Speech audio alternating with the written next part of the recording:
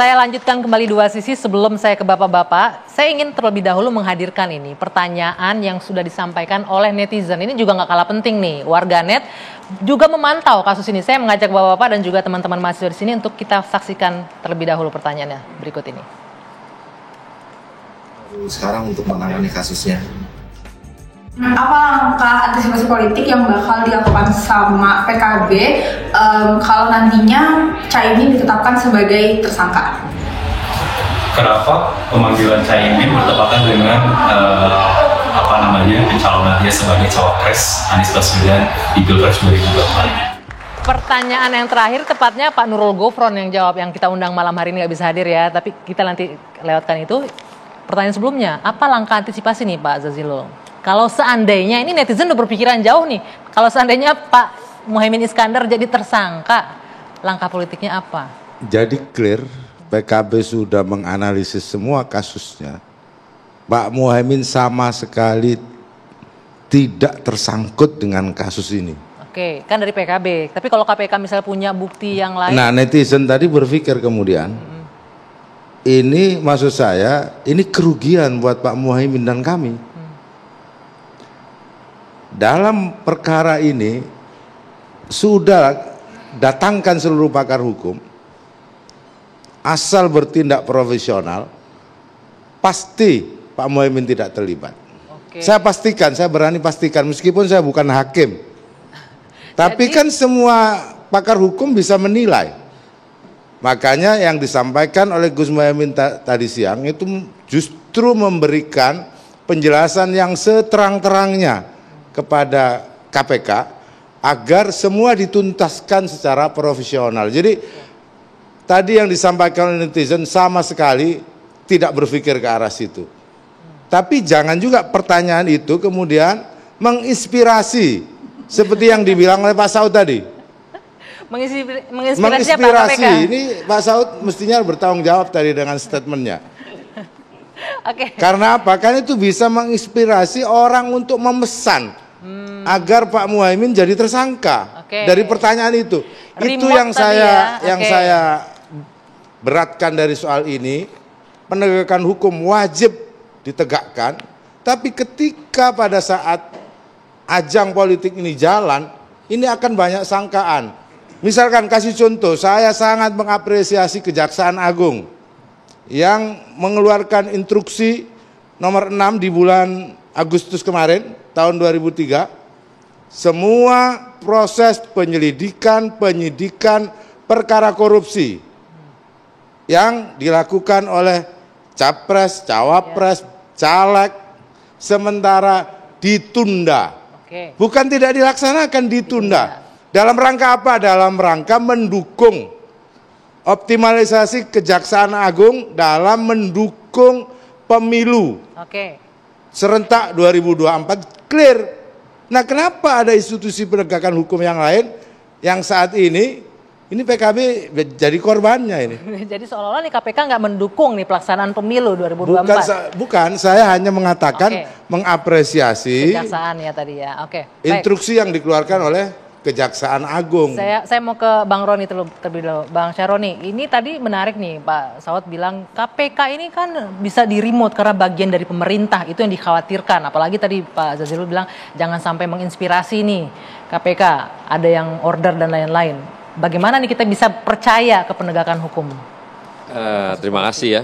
Ini kan kalau tadi dengar Pak Jazilul, Pak Saur mengatakan hal bahwa bisa meremote.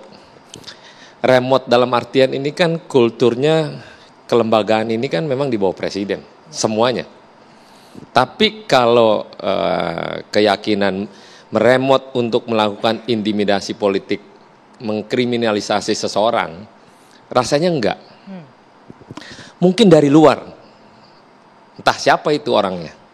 Kan kita nggak bisa menjustifikasi orang per orang. KPK-nya enggak, tapi di luar KPK-nya di luar iya. Yang tadi ngomong inspirasi itulah orang yang dari luar untuk menjatuhkan seseorang agar prosesnya terlihat wah ini mengkriminalisasi calon.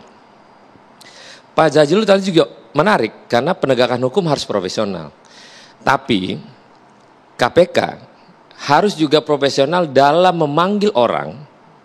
Kalau memang tidak ada apa-apa, harusnya menjelaskan juga ke publik, mengklarifikasi.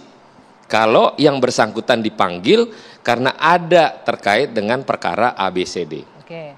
Nah, selama ini kan enggak. KPK manggil orang, manggil.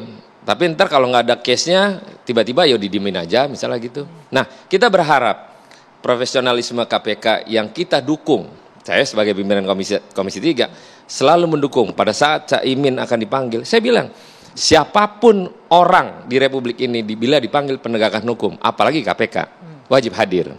Tapi setelah pemeriksaan berjalan, better KPK klarifikasi aja Berikan penjelasan bahwa juga. ada penjelasan ini, Ya. supaya orang Republik ini tidak menilai bahwa ada permainan pada hal-hal yang negatif. Tapi wajar nggak sih, sebentar saya potong, wajar dong akhirnya publik beranggapan ini ada yang janggal. Karena pertama, kasus ini sudah 11 tahun silam.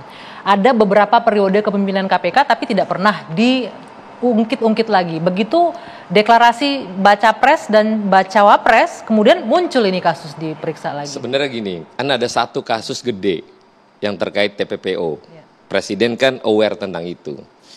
Saya di dalam rapat dengan Menkumham, dengan kepolisian, itu saya menyampaikan juga terkait dengan kasus TPPO, jangan dibikin full bucket. Orang yang nggak bermasalah, jadi masalah.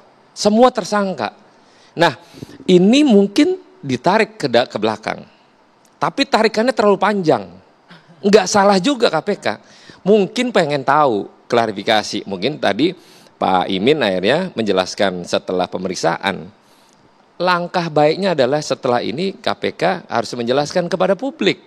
Karena ini ada sekarang udah jadi baca wapres. Secara besar politiknya sudah terlihat, sudah dideklarasikan. Seperti kejaksaan. Saya juga mengapresiasi kejaksaan, yaitu Jaksa Agung, cara pikirnya jangan ada keributan di antar semua partai politik. Kalau Bapak saya kemarin bilang di Surabaya, cebong kampret tinggalin. Ini kan maksudnya tujuannya bagus. Setelah proses KPU resmi membuka capres-cawapres, maka bertanding semua yang menilai masyarakat. Ya. Jadi kita fair, tidak ada Masalahnya lagi. ini ada yang berupaya untuk menggagalkan salah satu peserta untuk ikut bertanding. Iya, karena Caimin gitu. kabur tiba-tiba.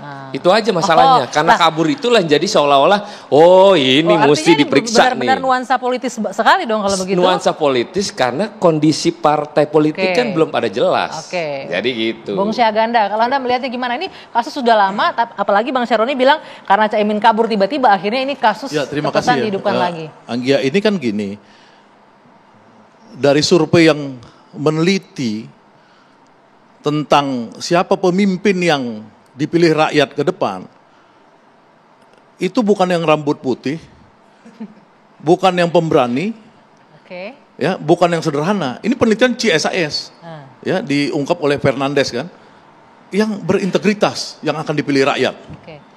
Berintegritas itu apa? Anti korupsi. Nah, jadi langkah KPK menurut saya sebagai pengamat politik melakukan karakter assassination terhadap Anies Baswedan untuk kasus e-formula dan terhadap Caimin untuk kasus TKI ini. Perlindungan TKI ini kejahatan menurut saya. Ini betul-betul kejahatan. Artinya ini nuansa politisnya kental sangat, sekali sudah, bukan sangat, penegakan ini hukum lagi. Nggak main-main. Kalau KPK mau usut kasus, jangan yang 20 miliar dong. Itu aja yang 349 triliun. 20 miliar itu nilai nilai Ya, proyeknya, tapi potensinya tadi 1M juga nggak sampai. 300, ya, itu kerugiannya 1M. 349 triliun yang diungkap Mahfud MD. Minyak goreng belum selesai.